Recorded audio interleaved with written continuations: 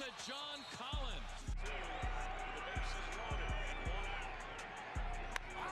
Down deep to right field. The Philadelphia Eagles are Super Bowl champions. Eagles fans everywhere, this is for you. Let the celebration begin. And now it's time for Swoop Radio with your host, Josh Sanchez. What is going on, everybody? Welcome to Swoop Radio. I am your host, Josh Sanchez, and man, if you guys can hear the fans in the background, I apologize, but man, it is a beautiful day. It's been a beautiful week, and obviously it is baseball season. So I don't know about you guys, but I am absolutely excited. And man, we have a lot in store for you guys today. I apologize for the earlier live stream. I tried to go live this morning. I was definitely too tired from work. Just as I mentioned earlier, I want to let you guys know that I got a brand new job. I am working at Amazon. I'm working Sunday through Wednesday at 8:30 p.m. to 7 a.m. So I'm completely doing a 180. I'm working overnight instead of working in the daytime. So just bear with me as I adjust with the schedule and stuff.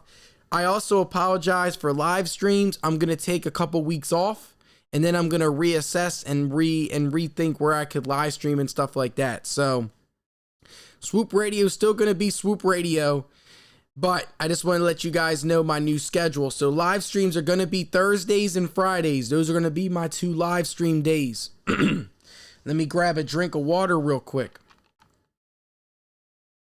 And also, I'm getting my hair cut tonight. Thank God. I need one.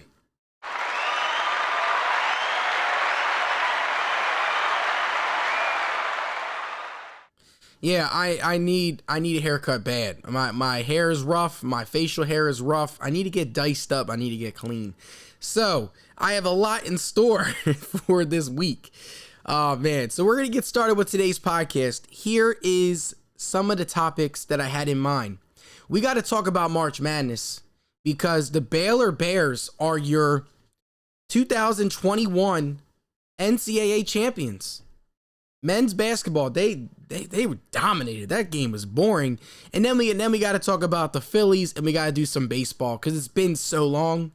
And the Sixers, I'll talk about the Sixers a little bit as well because they beat the Celtics on Tuesday night. I wanted to live stream that game. The Sixers dominated from start to finish. That's how good the Sixers were on Tuesday night. They came out to play. But those are going to be the topics for today. And just like always, you guys can listen to the podcast. If you missed this live stream on Twitch, we are also trying to get 50 subscribers as well on Twitch. Right now, I'm at 26. Yeah, it's not a lot right now, but I've been doing live streams for about probably a month and a half now. So let's get to 50. If you know people that love sports, love Pokemon, love anime, you've come to the right place.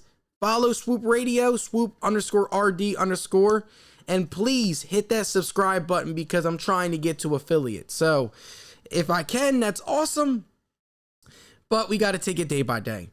But back to the topic at hand. You guys can tune in. If you guys missed the live stream, I do my podcast every Friday at 12 p.m. Eastern Time on Spotify, Apple Podcasts, iHeartRadio. Just look at the link in my social media bios for more information and also in this show description. Now that that's taken care of the way, let's get started with the first topic.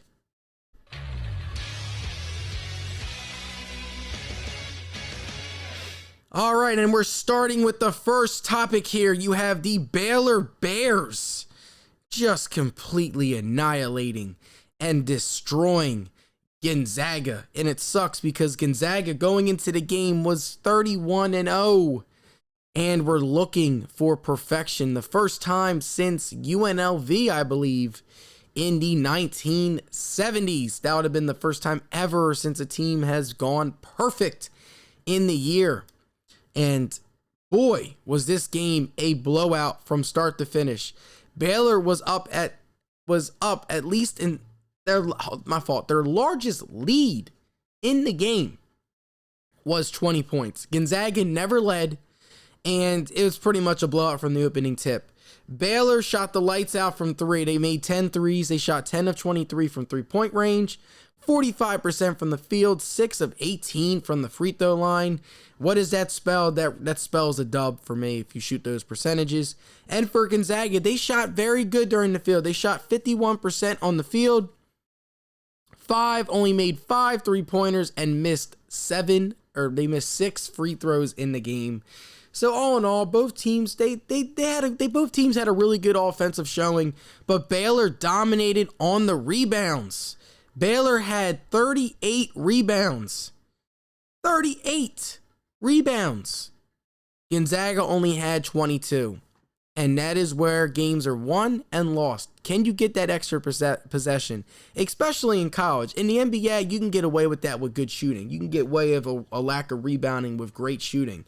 That's why the Warriors won 3 titles in 5 years. Their shooting was just, they shot the lights out. Whereas in college, you need to be able to rebound, because even if students are wide open, they're still probably going to brick it at least 4 out of the 10, or at least 6 out of the 10 times. So it's not like the NBA where you can't leave a guy wide open. College basketball, you can. So grabbing the offensive boards, that's what the game's won and lost. So and I mean, I don't want to brag but anything, but I predicted Baylor winning the whole damn thing because their defense, that's where they won. That's where they won this championship. The reason why the Baylor Bears are NCAA champions is because of their defense. Their defense has really shown up. Against Villanova, you only make 2 3-pointers, and you hold Villanova. Villanova had more turnovers than points in the second half. Butler, Mitchell, and Teague are beasts. Butler and Mitchell are definitely going to be NBA ready players easily. And then even Teague as well. So, I mean, the Baylor Bears, they won their first NCAA championship, but that's what I want you guys to show. That's where I want you guys to understand. Where Baylor won this game was on the defensive end of the court. And I want everybody to understand that. This team had great defenders. They had by far one of the best defenses in all college basketball.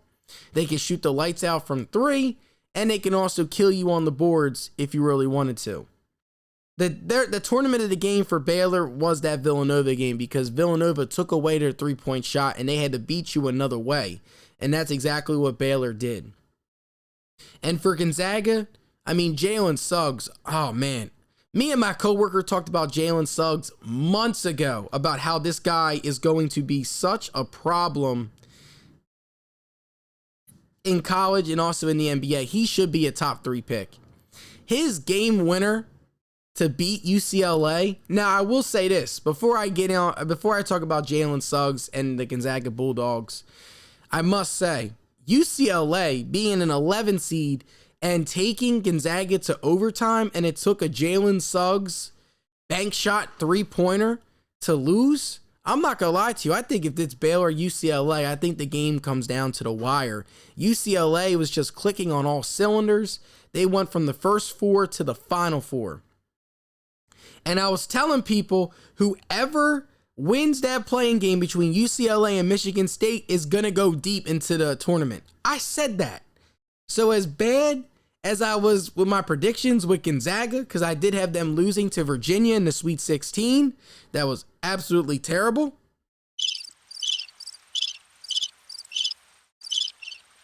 Not good. Definitely not good in my part. I'm not gonna lie to you. Definitely not. But I was right about UCLA, and I was also right about the Baylor Bulldogs. Not Bulldogs, the Baylor Bears. Absolute domination. They were my tournament champion, and they won it all. I'm so happy. I mean, my brackets were definitely destroyed. But I will say I finished in the 96th percentile, that knowing that Baylor won the chip. So, as bad as it was, I ended up being in the top 96% in the nation. So I can't complain. Man, let's give a loud round of applause for Mr. Josh. Oh, yeah.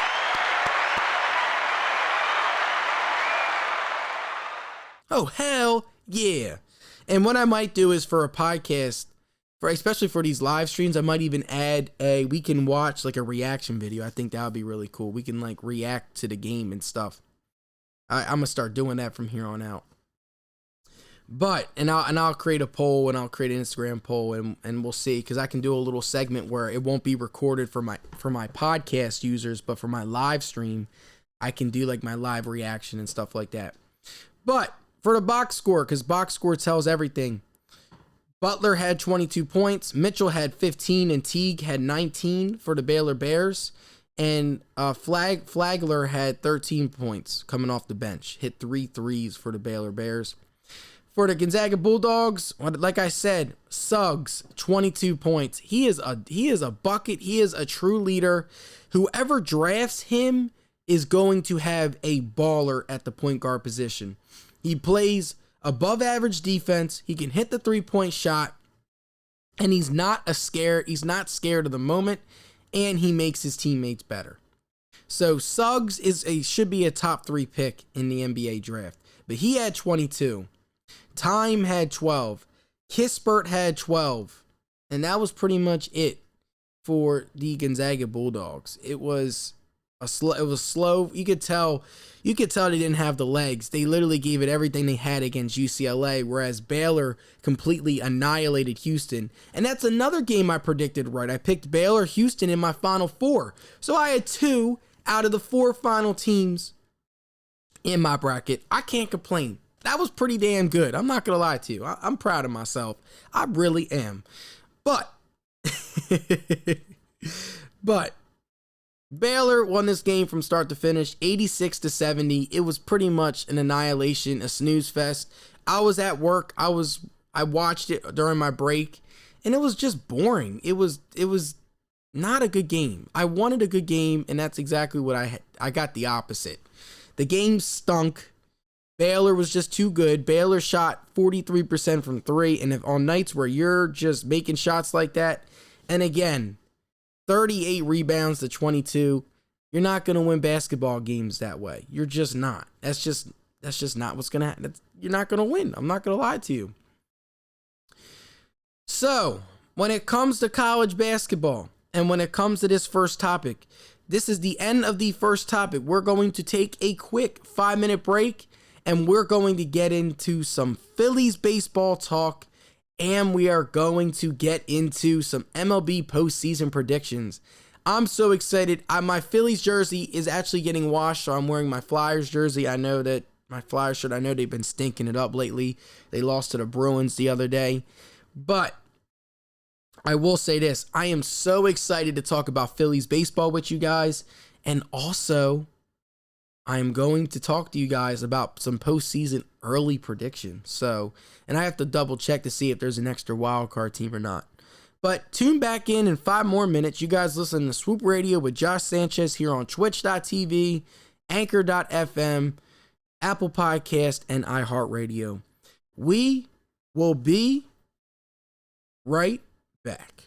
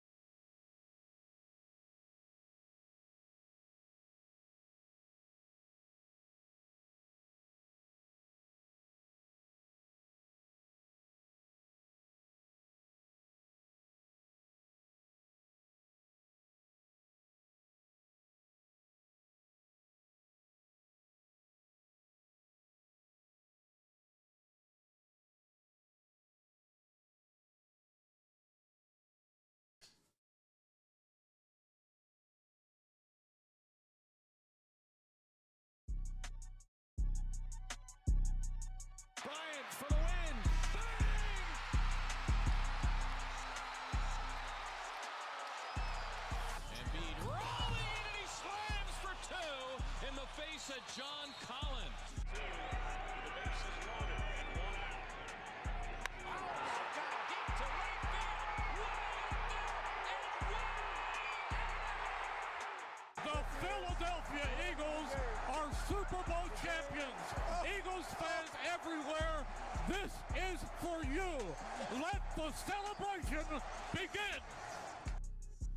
And now it's time for Swoop Radio with your host, Josh Sanchez. And we are back. Welcome everybody to the second and final topic of today's Swoop Radio. I am your host, Josh Sanchez, and man, we got to talk about some baseball. Baseball is finally back. And before I get into the Phillies and before I get into my MLB postseason completely early and overreached predictions, we are going to talk about, I love the smell of fresh grass and opening day. I don't know what it is. It's like with the NFL and Thanksgiving. Thanksgiving, you play football. In Christmas, you play basketball. I love watching basketball on Christmas Day, even though this year the games are all blowouts. With baseball, it's something about April 1st, around that time frame, where I'm just like, you know what? I'm going to sit back, I'm going to give myself a nice cold beer, and I'm going to watch some baseball. And I that's what I did.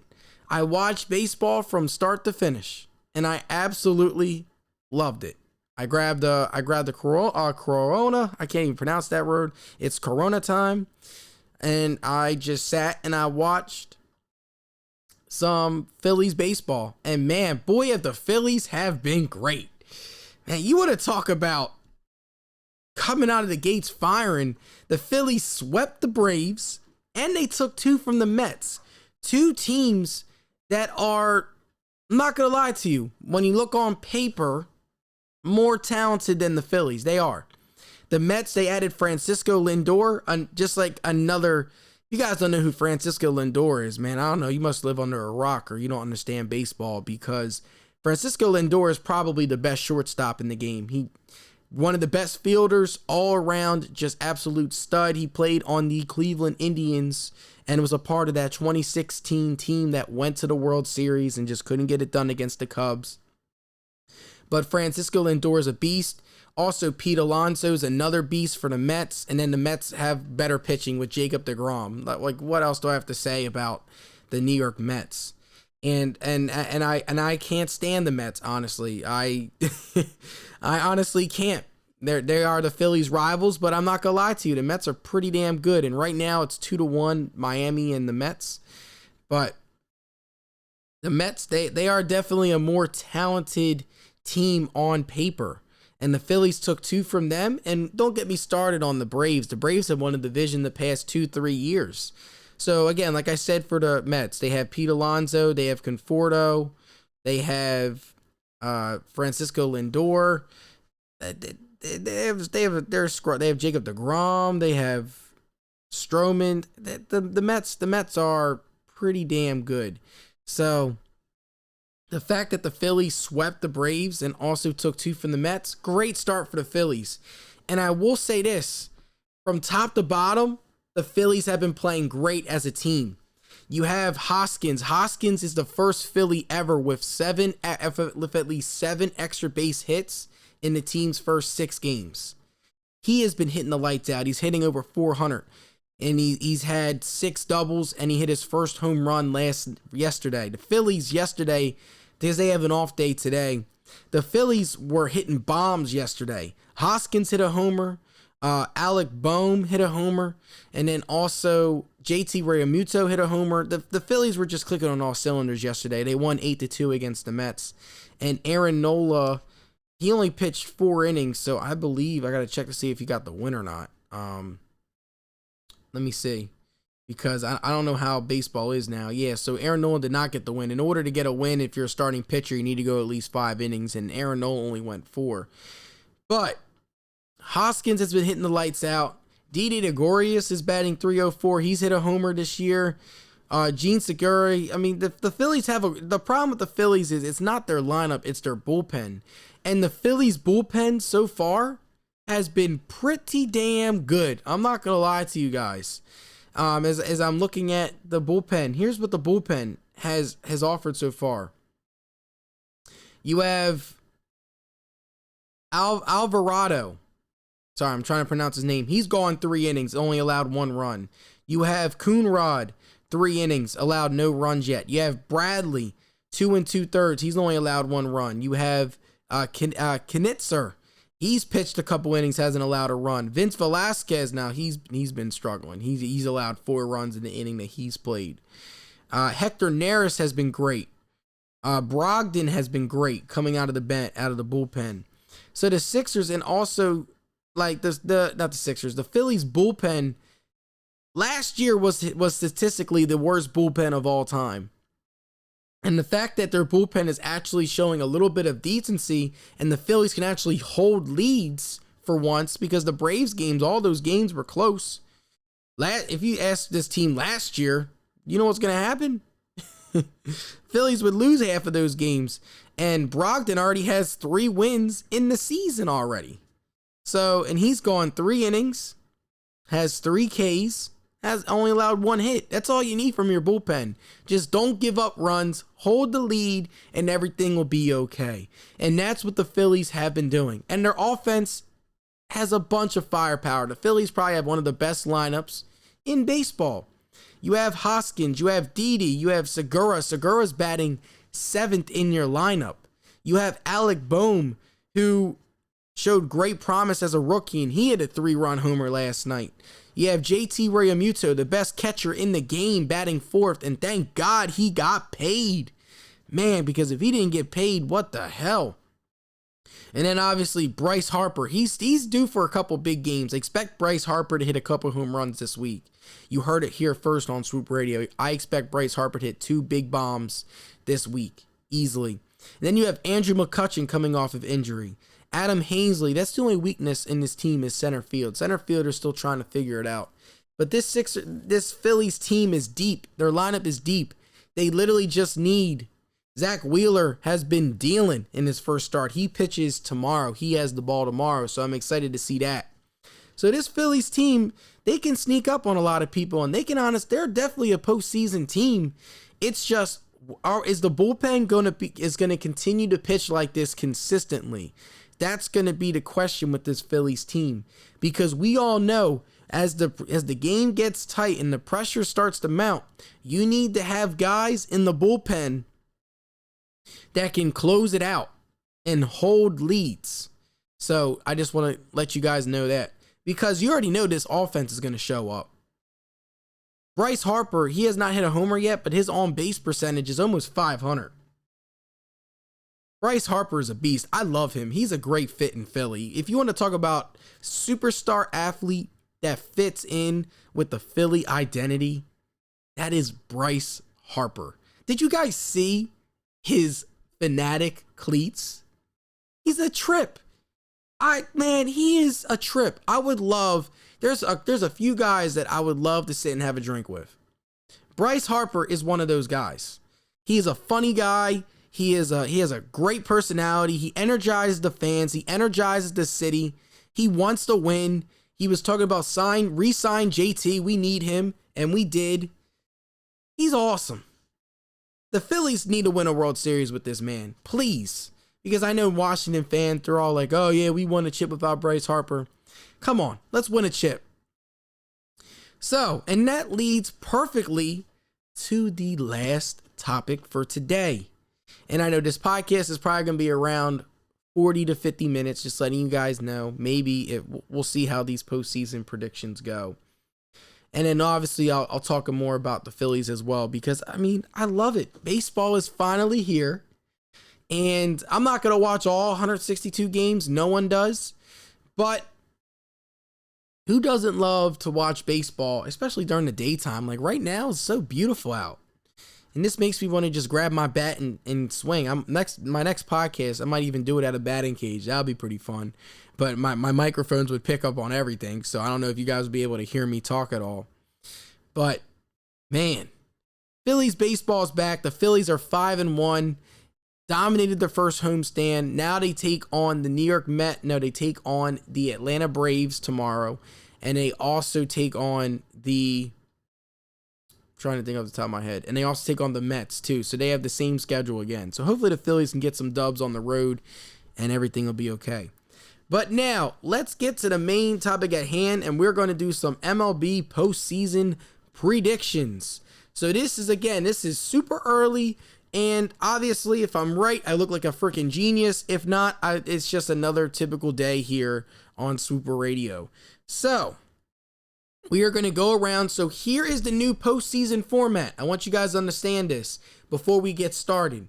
So last year they expanded the playoffs to 16 teams. This year they're going back to traditional wise. They are going back to 3 division winners and 2 wild card spots. So 5 teams are going to make it in each league. So you have your 3 division winners and 2 wild cards. So I just want to discuss that real quick before we get into this, because I don't know if you guys heard, but there has been some rule changes this year. So we're going to start with the American League East. The team I think is going to come out of the American League East is going to be the New York Yankees. I think the Yankees are going to win the division this year. And that's no disrespect to Boston and Baltimore. I think, and also Tampa Bay. Tampa Bay, I know they went to the World Series last year, but they're missing their 2 best arms, Blake Snell and I forget the other guy's name. He is not the Rays. You can't make up for 2 dominant pitchers leaving your roster. I don't care who you are. You can even be freaking the Dodgers and pretty much sign whoever the hell you want. You're missing your 2 best arms. You're not going to win this year.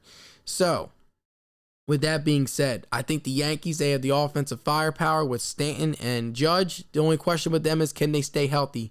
If the Yankees stay healthy, they will be the American League East champions. So that is my prediction for the American League East. Now for the American League Central. I love the White Sox. The White Sox, they showed a lot last year. They were the sleeper team. They made the playoffs.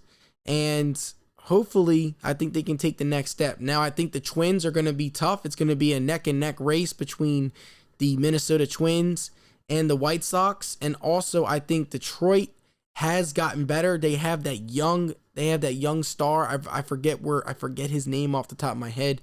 Here, let me pull him up real quick because I don't want to forget these names.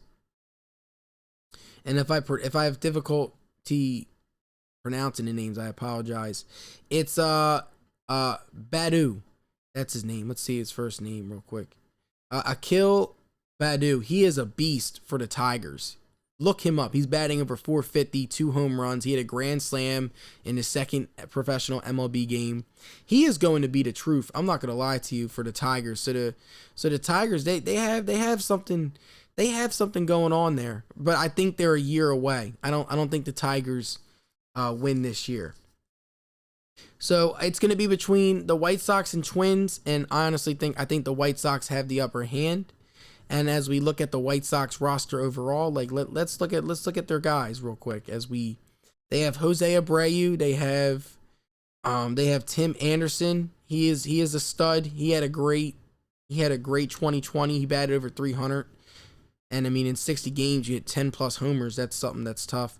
They have Yasmani Grandal. They have not Zach Collins. Jeez, he's stinking. My fault. But the White Sox, they have a good squad overall. And then let's look at their pitching real quick just to throw some names out there. They have, let's see, as I'm just looking, they have Lucas Golito. I know last year he had a pretty good 2020.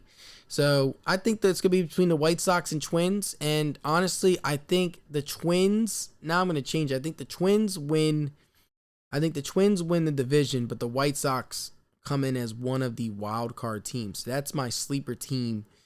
I don't know if they're really sleeper teams, but that is my sleeper team of the year. I think the White Sox make it in as the second wild card, not the first, but the second. And then in the American League West, I'm not going to lie to you, I think this is going to be a one-team race, and I think it's going to be Houston and Houston only. This is their last year with Carlos Correa. I know he's having talks for his contract extension coming up. And I think Houston is going to dominate. I think this team is going to roll the AL West. And I honestly think they might make the World Series this year. This is their year for Houston. I know their pitching hasn't been the same since Garrett Cole has left. But, I mean, if you look at their roster from top to bottom, they went to the American League Championship Series and almost came back from 3-0. So you have Bregman, you have Tucker, you have Alvarez, Brantley, Correa, Altuve. This team is just stacked. And then you got to look at their pitching. Their pitching's a little bit weak, but I mean, they have guys that are there. They have Zach Greinke, they have McCullers, they have B. Abreu. Let me see his name real quick. As Byron Abreu. He's another guy. He's 23 years old. He's young. He's a good young arm. So this Astros team is win now. I'm not gonna lie to you, and I honestly think they're gonna make the World Series this year. I don't see a team beating this team in a 7-game series unless they are like the Dodgers as like a revenge World Series from 2017. So that is my three. So my 3 division winners. I'm going with the Yankees, the Twins, and the Astros. And then for my wild card spots, this is where it gets tough because there's a lot of good teams. Kansas City, they're pretty good. Well, Kansas City, they stunk last year. Detroit, I think, well, you got Cleveland. I think Cleveland's going to be in the mix. I know, I think, because, I mean, Boston usually doesn't stink forever. Boston's probably going to be in the mix. Toronto's also going to be in the mix. So it's going to be tough. But who I think gets in, so I have... my sleeper team is the White Sox. I think the White Sox get in as the second wild card. My first wild card, I'm going to go with the Toronto Blue Jays. I think that this team is solid. And as we look, let's see. Let's look at their team. They have Vladimir Guerrero Jr. He is a great solid leader on their team. They have, let's see here. They have Randall Grichuk. He's another guy. He had a great 2020. He hit 12 home runs last year. And he's already up to a great start for the Toronto Blue Jays. And then we got to look at their pitching as well. Their pitching is pretty solid. I'm not going to lie to you. I mean, it's early, though, in the year. But, I mean, they have some guys. They have Jordan Romano. He had a good 2020. He had an ERA of under 2. So, I mean, if you have an ERA under 2, you're doing something right. They also have Steven Matz. So that's, oh no, he stinks. He had a terrible 2020. So the Blue Jays, honestly, their pitching is okay. But they also picked up Ryu. I know he was a Cy Young candidate a couple years ago. So, and they also have Chatwood as well. It's another guy. So, I think it's gonna be interesting. Honestly. Quite frankly, the wild card spots are always going to be toss-ups, but between the Blue Jays, Boston, White Sox, Indians, even Angels, and the Mariners, it's going to be tough between all those teams, but those are my 2 wild card spots. So here's my postseason in the American League. Yankees, AL East, Houston with the best record in the AL. They're going to come out of the West, and then I have the Twins coming out of the Central.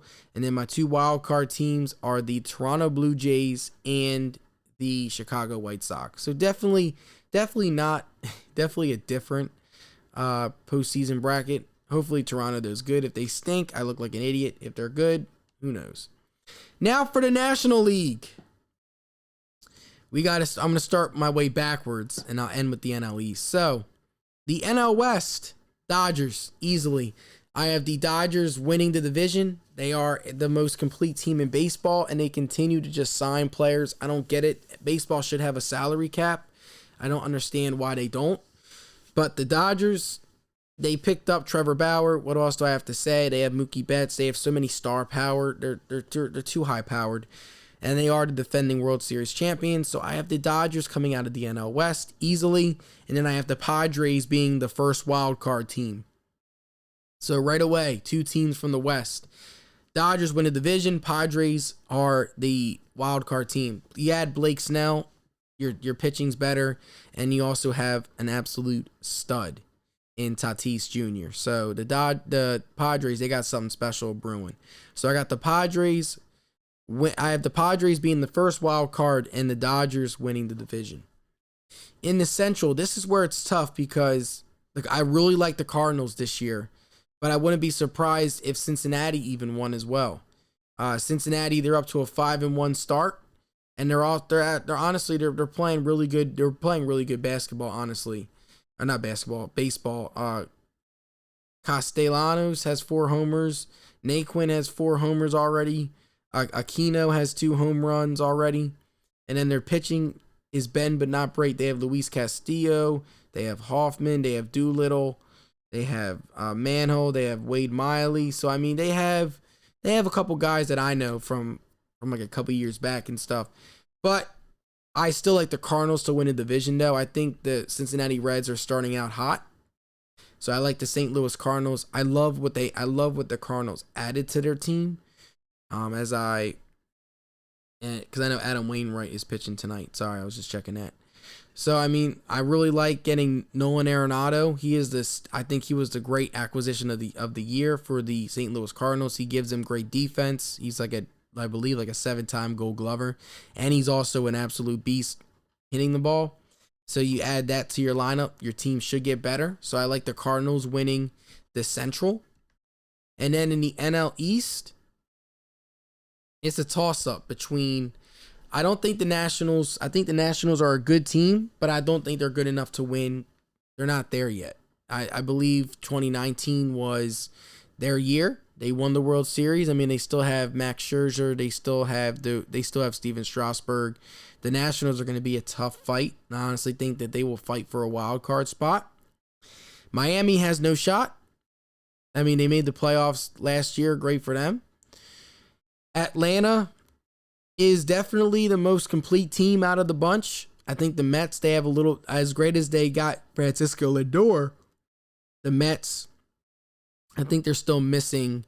I still think they need another arm to help their rotation. So that being said, I like the Braves to come out of the NL East. I think they're going to be the NL East champions again for I believe the 4th straight year.